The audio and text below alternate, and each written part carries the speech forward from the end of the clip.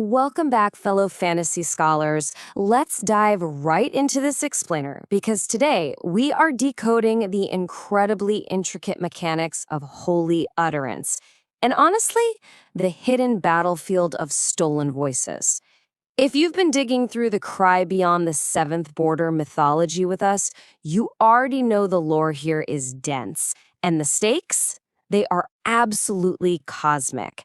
Today, we're unpacking chapter 127 to fully wrap our heads around the eighth cry of holy power. So here is our roadmap for the day. First, we'll define exactly what the eighth cry is. Second, we'll look at the overarching battle between angels and the demonic crowns. Third, we'll break down the 8 sacred forms.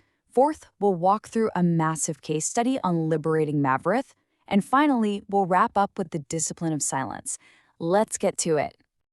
All right, starting us off, Section 1, the eighth cry, defined, holy power explained. Now, to really understand the eighth cry, we have to look at how it completely breaks the mold. In this specific mythology, the first 7 levels of holy power, things like the First Radiance or the Fourth Dominion, they all merely descend from heaven down to earth. Standard stuff, right? But the eighth cry is entirely unique. It is literally fueled by human pain, courage, and repentance. It's defined as the sound made when truth simply refuses to die in the throat. So it's a dual-directional power. It rises from earth back up toward heaven. And that human element, that is exactly what makes it so incredibly dangerous to infernal forces. Why? Because hell cannot forge these virtues without turning them into cheap parodies of themselves. The text goes out of its way to contrast the destructive nature of the 72 demonic crowns against the restorative intent of the eighth cry. Think about it like this. Every single corrupted dominion begins by stealing a voice. It might be a tyrant stealing public speech, or maybe a tempter stealing a private confession. The demonic crowns violently destroy by stealing these voices to build these absolute towering prisons of silence.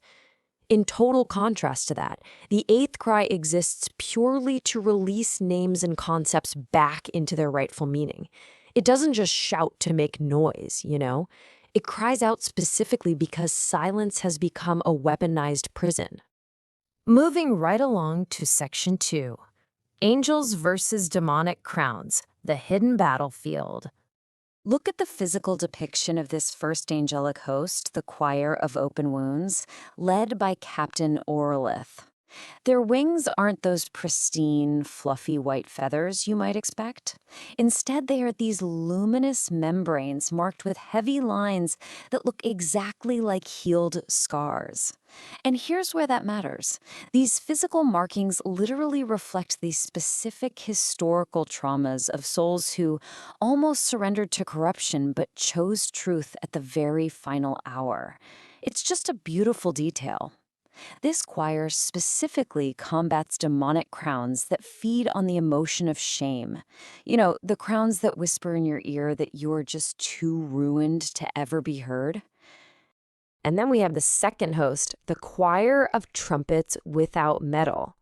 These guys are led by Saravone of the Unbroken Alarm. Interestingly, they don't carry physical instruments at all. They use their very bodies as literal instruments of warning. The lore says that when they descend, physical towers actually shake from recognition. They specifically exist to counter the demonic crown of comfortable decay. See, the demons know that while panic burns out really quickly, comfortable habits and slow, creeping ruin are what actually build infernal empires.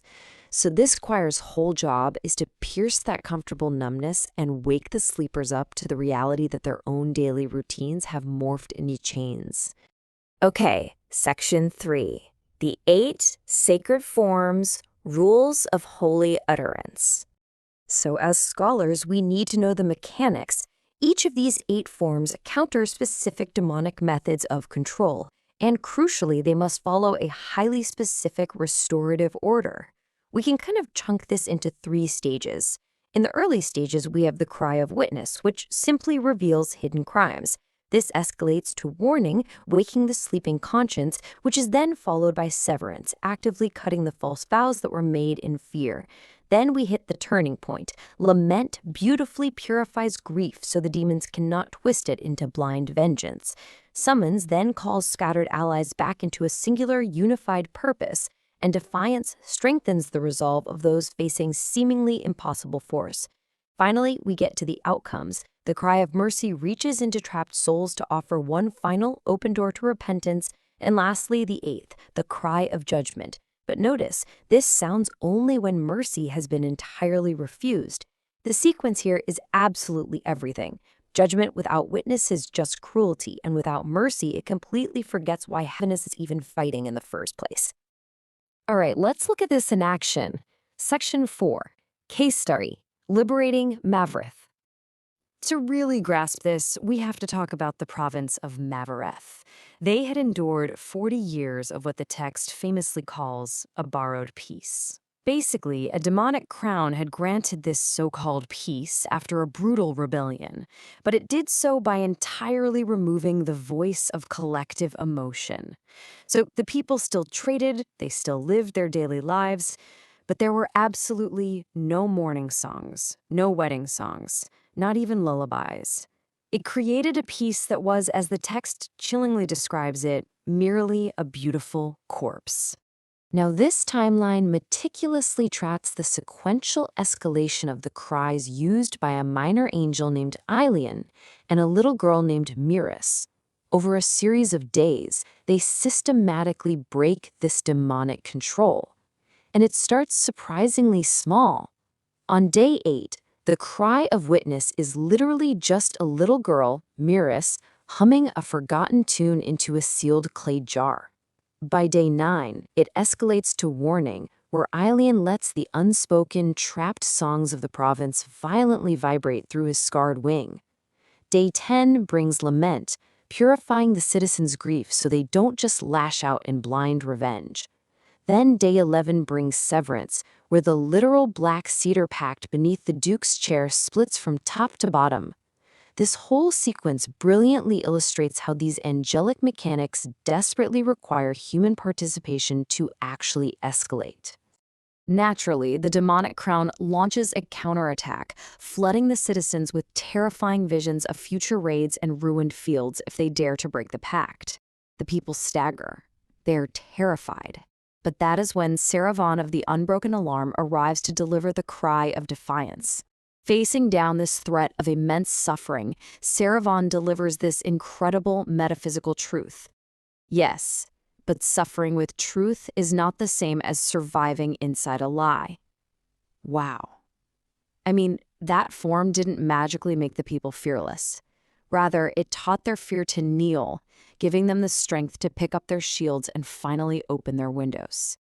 And the climax of this story perfectly follows the strict rules of the reference guide we just talked about.